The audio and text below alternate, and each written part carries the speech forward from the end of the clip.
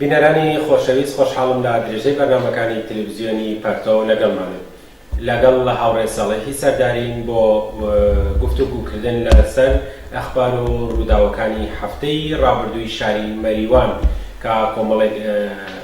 ڕوودا و ڕوویانداوە کە لە جملەی ئەوانە تەسادفی کۆڵبەرەکانی ئاوایی دەرەناخێ بوو کە لە دەرەنجامیەوە چەند کۆڵبەرێک گیانی خۆیان لەدەستدەن. پێشەوەی کە بڕۆمە سەر بابەتی بەرنامەکە پێم خۆشە بە خێراتنی هاوڕێ ساڵح بکەم. هاوڕێ ساڵح بەخێربێ بۆ ئستودیۆ تەلەڤیزیۆنی پەرتۆ لە ڕێگەی سکایپەوە. سپاس ساڵەکەم، سڵاو هەیە بۆ ئێوە و هاوکارانت و هەروەها بینەرانی تەلەڤیزیۆنی پەرتۆ. سڵاو و سپاسی ئێمەش بۆ تۆ هاوڕێ ساڵح. هەروەک لە مقەدەمەی شارم پێکرد بەداخەوە هەفتەی ڕابردوو دەرەنجامی تەسادفێک ڕوویدا کۆمەڵێک لە کۆڵبەرانی مەرزی لەو تەسادفە گیانی خۆیان لەدەستداوە و هەروەها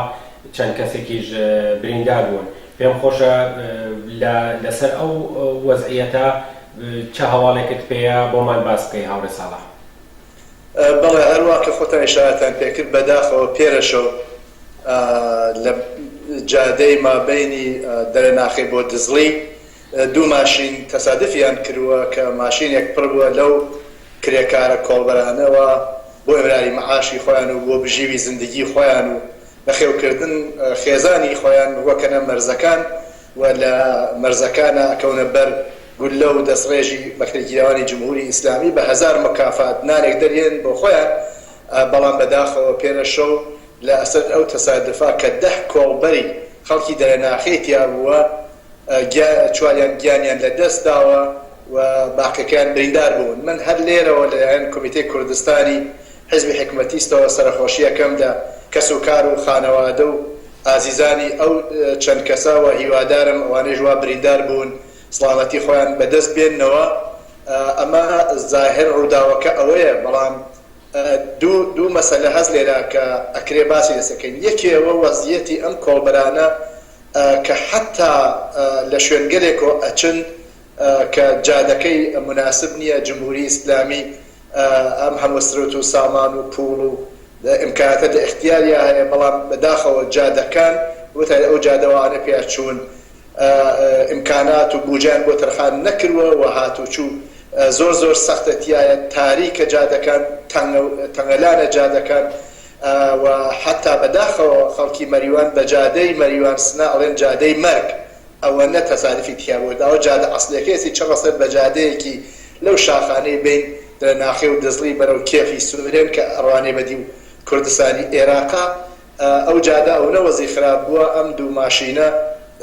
تەسادفیان کردووە بەداخەوە کەسانە گیان دەستداوە. خۆ تەسادفە ناوخۆیها بەخۆیەوە، بەڵام بە تۆر واقعی ئەکرا و ئەکرێ بەر بە تەرخانکردنی مەجموعەیەک ئیمکانات و جادەسازی و ئەگەر دەرسەدێکی پوڵ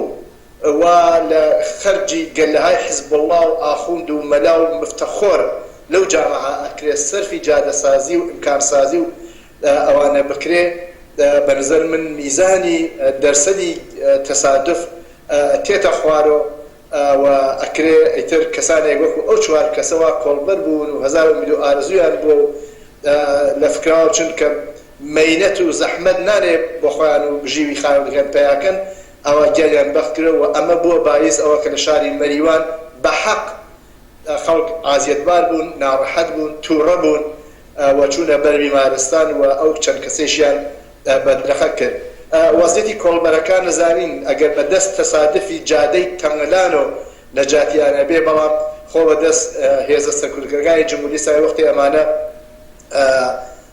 کۆڵبارەکەن و دوو بەرابەر وەزنی خۆیان سێ بەرابەر وەزنی خۆیان بۆ ئەوە کە 2000 3000 هەرچێک پیا بکەن لەو مەرزەوە ئەو سیم خاردار و مینگوزاری و کەمینی پاسدار و مرتەجعین و ئەوانە نیروهای سەرکردگەر خۆیان ئامادەکەن کە ڕەت بن و بەرچاو خۆیان و دیویانە کەم دێ هەز لەو منتەقەی مەرزیە کەسی لێ نەکوژیا بێ، کەسی لێ بریندار نەبووێ، بەڵام هیچ ڕێگەیەکیان نییە، هیچ ئاسۆیەک نییە لە بەرچاویانە. بەعەزم مەجبورن عەلا ڕەغمەوە کە دەرسەدێکی زۆر پێیان وایە ناگەڕێنەوە، بەڵام پێیان وایە لە برسیەتی مردن باشترە و ڕووەکەنە مەرزەکان و بەداخەوە ئەم چەند کەسەوە ئێوەی شایەتان پێکرد وایان بەسەر هات و هیوادارم هیچ وەخت هیچ کەسێک و هیچ کۆڵبەرێک و هیچ ئینسانێکی زەحمەتکێش ئاوای بەسەر نەیەوە ئینسانەکان لە زەحمەت و ئەویان نەژین و ئەو نە زندگیەکی باشیان بێ کە لازم نەکا خۆیان بنە بەرگ و لەو خۆیان بە شاخ و کێف و دار و بەرد و جادەی تەم و بێمکانە بدەن بۆ ئەوە بژێوی خۆیان و خانەوادەکان تامینکەن. بەهەرحاڵ واقعەیەکی ئەسەفناک و ناخۆشە من جارێکی تر سەرخۆشی لە خانەوادەکانیانەکەم. سپاس بۆ تۆزیحەکانت هاوڕێ ساڵح. هەروەها ئێمەش لەلایەن خۆمان و وەکو ستافی پەرتەو تێڤی سەرخۆشی خۆمان لە بنەماڵەی ئەو کەسانی کە لەو حادثە گیانیان لەدەستا و هەروەها ئارەزووی سلامەتیش بۆ ئەوانەی کە بریندارن. هاوڕێ ساڵح لە ئیدامەی بەحسەکەمە ئاچمە سەر ئاخرین ئەخبار لەسەر ئاعترازی کوڕان و کچان کە لە هەفتەی ڕابردووە ڕوویدا و هەروەها بە حرەکەتێکی ئاعترازی چوونە زرێبار و بە دووچەرخە سواری و گەڕانەوە. آخرین ئەخبار لە ئیدامەی ئەم ئاعترازانە چین لە شاری مەریوان؟ آخرین ئەخبار ئەوەسە دوێنێ کە سێشەمەی ڕۆژی سێشەمەی علیارەغمەوە کە سەرکوتگەران سێشەمەی ڕابردوو بەریان پێگرتن و هەر لەم تەلەڤیزیۆنی ئێوە ئیشارەمان پێکرد و حتا مەلا مستەفای شیرزاد ئیمام جەمعەی شار مەریوان فتوای دا و چووە پاڵ نیروهای سەرکوتگەری جمهوری ئیسلامی کە ئەمە حرامە و فلان و فیسار، بەڵام کچان و کوڕانی شۆڕژگەڕی شاری مەریوان خەڵکی تێکۆشەی شاری مەریوان ئیعتنایان نەکرد بەم تەهدیدانەوە. ئەم سێشەمەیشە یانێ دوێنێ بە دووچەرخەوە جوانان شاری مەریوان کچان و کوڕان بەرەو زرێبار چوون کە ئەگەر دیبێتان لە میدیا ئیجتیماعیە فیلمی لێگیراوە بە مەسئولینی نیروهای انتظامی ئەفسەرانی نیروی انتظامی بەریان پێگرن و کچان زۆر ئازایانە لیان یەنە دەست ئەڵێن ئێوە غێرە قانونی ئەم کارەکەن، هیچ قانونی نییە کە ئێمە بین ئەوان هەرێژن ئەمە ئێمە سەرمان ناچێت دەستورە. ئینسانێکی شۆڕژگەر کچێکی شۆڕژگەر ئەچێتە بەر لەگەڵیان قسەیەکاوە مرەتەب ئەترازیان پێکەن و عەلارەغم گشت ئەمە کە گەرەکیانە بە ڕوع و وەحشەت ئەم سێشەمەی بدونە خۆدڕە و ناویان ناوە هاتوچوو بکەن بێ ماشین بە پیادە بە دووچەرخە عەلارەغمەوە کە هەفتەی ڕابردوو ئەو مەجموعە دەرگیریە لە بینیانە پێشات، بەڵام ئەم سێشەمەیشە ئەم کاریان کرد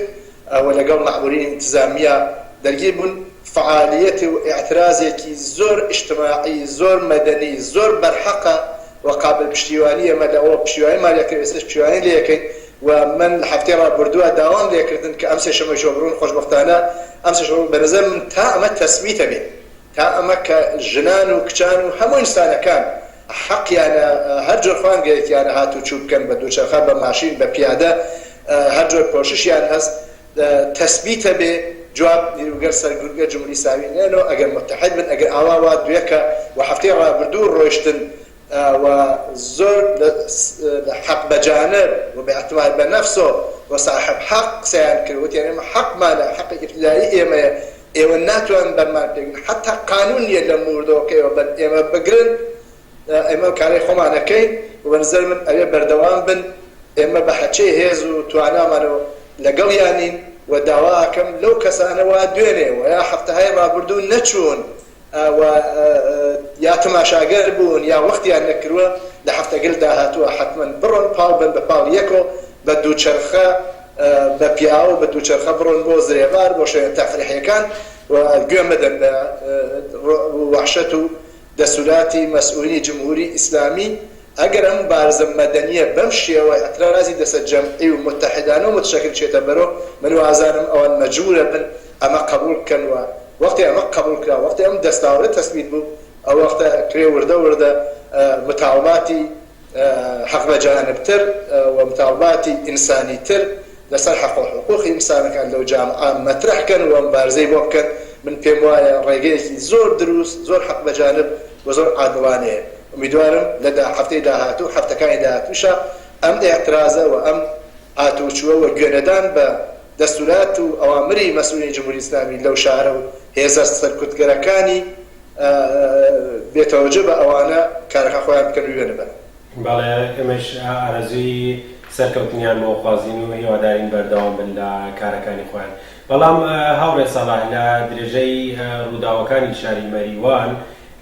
ئەبینین ئەخباری ئەوە هاتووە کە گوایە لە نزیکی ئیستادیۆمی شاری مەریوان حملە کراوە بە ماشینی نیروی انتیزامی و بەرحاڵ مەوردی ئەسابەتی نارنجەک قەراری گرتووە. ماجرا لە چ قەرارێکەوە ئەتوانن لەم ڕابطەوە گزارشێکی زیاترمان پێ بن؟ بەڵێ دوێنێ ئێوارە سەعات 6:07 ئێوارە لە نزیکی ئیستادیۆم کە کەوتووە بەرەو زرێبار لە شاری مەریوان لەو فولکە ئیستادیۆمە دوو کەس بە موتۆرسوار دوو نارنجەکەخان ناو ماشینێکی گەشتی نیروهای سەرکردەی جمهوری ئیسلامی و لە ئەنجامە ئەو ماشینە تێک کەشکێ و لەو سێ نەفەرە هەرسێکیان بریندارەون گوایە برینی دوو کەسیان کاریە و قورسە بردوونیان بۆ بیمارستان ئەوە کە چیان بەسەر هاتووایە تیا چوون یا تیان نەچوون خەبەرێکی دەقیق نییە حتمما جارە ئەیشارنەوە نیروهای سەرکردە جمهوری ئیسلامی بەڵام بەرحاڵ داستانە وەسە کە نانشکی خستنا و ماشینە و ماشینە تێکشکاوە سێ نەفەر لەسەر نیشتەکانی ئەوە کە عەرزم کرد بریندار بوون و ئەو کەسانە و ئەو کاریان کردووە هەڵاتوون و بەرحاڵ دوورەکەوتون لە شوێنی حادسەکە. ئەوە کە ئایا دروست نییە گەر ئێوە لازم بێ سوالکردن حتمما لەوبارەوە قسەی خۆمەکە. بەڵێ اتفاقاً گەرەکمە بڕۆمە سەر ئەو بابەتە لە حاڵی حاضر کە ئێعترازێکی مەدەنی لە شاری مەریوان بەڕێوە ئەچێت ئێعترازی دووچەرخە سواران بۆ پشتگیری لە محیطی زیستێکی سالم. ئایا ئەم جۆرە حرەکەت گەلایەوە چۆن بینن ئەمە شێوە مبارزەیەکە و بەرحاڵ دەور و نەقشی و تأثیراتی لەسەر ئەو فعالیەتە مەدەنیانە چین؟ من حەزەکەم پێش هەموو شتێ بۆ ئەوە جێ هیچ شوبهەوە نەبێت بەنظر من هەر نوع مبارزەی عەلەی جمهوری ئیسلامی عەلەی هێزە سەرکوتگەرەکانی و ئەجملە مبارزەی نظامی و فعالیەت مسلحانە بەنظر من ڕەوایە و حەقی بێ ئەملاو ئەولای خەڵکە لەبەرەوە جمهوری ئیسلامی غیرە سەرکوت و غیرە زوانی ئەسلحە و کوشتن و بڕین و تەقەکردن شتێکی تر سەری ناچێت. دەرنەتیجە ئەم حەقە بەنظر بۆ هەرچێ کەسە کە عەلەی جمهوری ئیسلامی بێ هەموو ئەحزاب هەموو جایەنات هەموو دەستەهایەک وا بیارێ مبارزەکەن عەلەی جمهوری ئیسلامی بەنظر من ئەمە حەقێکی بێ ئەملاو ئەولایە چون جمهوری ئیسلامی خەتاکارە. جمهوری ئیسلامی منطقەکەی ملیتاریزەکەوە جمهوری ئیسلامی بە زوان قسە و بە زوان ببەخشن بە زوان ئەسلحە و بە زوان کوشت و بڕ لەگەڵ خەڵکا قسەیەکاوە. ئەمە ئێمە لەو کەسانە نین و من شخصەن لەو کەسانە نیم کە بڵێم نەخێر هەر مبارزەی مەدەنی و فعالیەت سیاسی و فعالیت ئەوانە هەمووی واقعیە بەڵام مواردێک کەس حتمما ئەبێ هیچ ڕێگەیەکی نییە ئەبێ سەرکردگەرانی جمهوری ئیسلامی جا لە مبارزەی مەدەنی و ئیجتماعی و کرێکاری و ئەوانە لە دەورەیەک مشەخەسیشا لە دەورانێک زەمان خۆیان ئەشێ مبارزەی مسلحانەی لەگەڵا بکرێ بۆ ئەوە غێرز ئەوە بە هیچ شێوەیەک جمهوری ئیسلامی لا ناچێت. دەرنەتیجە ئەم حەقی فعالیەتی نظامی و فعالیەتی مسلحانە عەلەی سەرکردگەرانی جمهوری ئیسلامی و ئەز جملە گەشتێک وا دێت مزاحمەت بە خەڵکی جادەکە خەڵ سەرکوتەکە حەقی مەولایە. بەڵام مەسەلە وەسە ئەو کەسانەوە ئەو کاریان کردوە دوێنێ یا هەر دەستە و گروه و حزب و جەریانێک ئەو کارەکە بەرز بشێت جارێک وەختێک دەساتەوە کارە بیر بکاتەوە بە لە چ شتێک. ئەگەر هەدەفی مبارزەی خەڵکە ئەگەر هەدەفی وەسە مبارزاتی کۆمەڵایەتی ئیجتماعی پەرە بستێنێ مبارزاتی مەدەنی و خەڵکی و تودەیی گەشە بکا بەرز بەشێ بەلەوە و نارنجەکەخات دوو جار بیر بکاتەوە لەوە کە ئەم تەقاەکە ئەم فعالیەتە نظامیەکە ئایا ئەتوانێت کۆمەکە ها لە خزمەتەوە مبارزاوە مبارزەیەکی ئیجتماعی و تودەییەکە یا مەیانە بە جمهوری ئیسلامی بۆ سەرکوتێکی زیاتر. بەنظر من ئەو ڕۆژە ئەو دوێنێ وا ڕۆژی سێشەممە بووە انتخاب کراوە من پێم وایە کارێکی اشتباهە لە حاڵێکە کە خەڵکی شاری مەریوان وەتەریان بەرزەم شاری مەریوان خەڵکی شاری سنە دفاعیان کردە دووچەرخە سواران لەو مبارزە بەرحەقە وحتى ئەم بارزە ئەو نە بەرحەقە ئەو نە عەدڵانێ نیروگەر جمهوری ئیسلامی ئاچمەس کردووە بە قەڵ کابرایەژ یعنی ڕێی لێ بەستوون ناتوانن دەستبەن بە حەچێ وەسیلەی سەرکوبە عەلێ ئەو خەڵکە ئەوەنە بەرحەقە و عادوانەیە من پێم وایە لە شایەتێکی ئاوا لە ڕۆژێکی ئاوایە و هەر دوێنێ 4 سەعات بەر لەوە کچان و کوڕان دووچەرخە یا پیادە و دووچەرخەکان ڕۆشن بۆ زرێبان و گەڕاونەسەوە لەگەڵ نیروگەر سەرکردگە جمهوری ئیسلامیە دەرگیر بوون و ئەو فیلمە وا لە میدیای اجتماعیە بڵاوە بوو ئەو عەکسانە وا بڵاوە بوو ئەو شێرە کچ و شێرە کوڕانە وا بەرامبەر بە سەرکردگەکان جمهوری ئیسلامی وێساون و قسەیان کەوتویە حەقی بێم لەلایەمە من وازانم ئەمە بەنظر من نەدانمکاریەکی مەحزە ئیجتماعیەکی مەحزە لە ڕۆژ وا بچی دەست بەیتە ئەم کارە ڕۆژ بۆ فعالیت نظامی شوێن بۆ فعالیت نظامی هەیە ئەوە کە عەرزم کردن لە ئەوڵەوە حەقی هەر سازمان و هەر دەستە و گروهێکە کە مخالفت کار لەگەڵ جمهوری ئیسلامیە بە شێوەیەکی بارزی و سەدەحانە فعالیت کە بەڵام لە وەختێکی وا لە ڕۆژێکی وا خەڵک ئەڕژەنە خیابان و ئەم مبارزە ئەبەنەوە یەک ڕۆژ و دوو ڕۆژ و یەک سەعات نەبووەوە چەند هەفتە زەمن بەردەوامە و ئومیدوارین کە بەردەوام بێ ئاسۆی ئەوە هەیە کە بەردەوام بێ ئەبینی مەسەڵەن کارێکی ئاوا بەنظر ئەو وەختە ئیتر جمهوری ئیسلامی ممکنە بۆ بیانوو بگەڕێ بیانوویەکە دەستی و دەستکا بە سەر کوشت و بڕ من نەزانم ئەو هەمیشە بیانوو بە جۆرێک کەشفەکە بەڵام بیانوویەکی چودانم بە ئیسلاح قانونی نازانم ئامەفەم ممکنە بدۆزێتەوە بۆی و ئەمە شاید یەکێ لە ئەوانە بێ من پێم وایە لە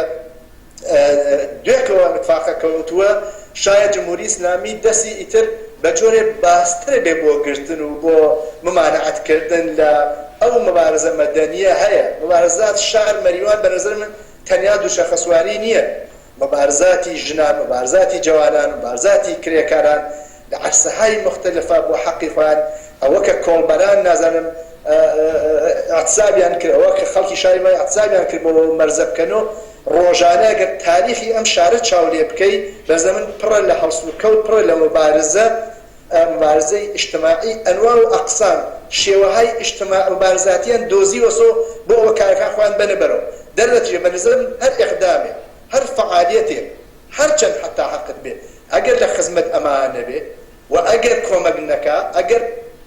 لە پەرەسەندن و گەشەکردنی ئەم بارزە نەبێ بەرزە من ئیشتباهە و پێم وایە ئەو کارەوا دوێکە ئەنجام دراوە زەمان و مەکان و وەختێکی مناسب نەبوو و ئەمە بیانوە دەستجمهوری ئیسلامی میدوارم هەر کەسێ وا دەساتە ئەم کارە دوو جار بیر بکاتەوە و حتمما بیسەنجێنێ لە بیریا بێ کە چ وەختێک دەسباتە ئەم کارە بە چی کۆمەکەکە ئەزانم خەڵک بێزانن جمهوری ئیسلامی ئەزانم ئەو نەبێ تاقەتن وایتر چوزانم ئەندە ئەو ئاگر بۆ زربەیە لەم جمهوری ئیسلامی بەڵام بەنظر من ئەشێ تۆزێ بە دوورنماوە کار بکەین بە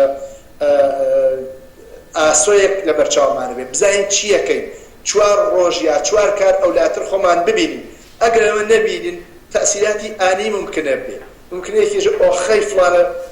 گەشتی انتزامی و بارەکەمی پێداخست و ئەسپەکەمی کوشت و چوزانم مانەعی دووچەرخە سوارەکان بوو دوێکە کوژرا یا دوێکە فڵان بوو بەڵام ئەمە هێنی زودگوزەری هەیە من پێم وایە تەجربەی خەڵکی مەریوان تەجربەی خەڵکی شارەکانی کوردستان تەجربەی مبارزاتی سیاسی و ئیجتماعی و فعالیەت‌های مەدەنی بەنظر من ئەوەمان پێ ئەڵێ کە بێ حتمەن بە دقت هەر نوع فعالیەتە بینە بەرەوە و ئایسە کە خەڵک کچان و کوڕانی شاری مەریوان ئەم عەرسەیان گرەوە بەدەستەوە بۆ پێشبردی کارەکەیان و متالباتی تری خۆیان من وازانم ئەبێ زۆر بە دقت کار بکرێەوە ئەو نەوعە لە فعالیەت و بیانوە بەدەست جمهوری ئیسلامی و بۆ سەرکوتکردن پێم وایە نابێ ئەنجام بدرێەوە پێم وایە کارێک وا دەکرا ئیشتباه بەڵێ سپاس بۆ تۆزیحەکانت هاوڕێ ساڵح سپاس بەوەی کە لەم بەشە لە بەرنامەکان لەگەڵمان بوون بینەرانی خۆشەویست بۆ درێژەی بەرنامەکان لەگەڵمان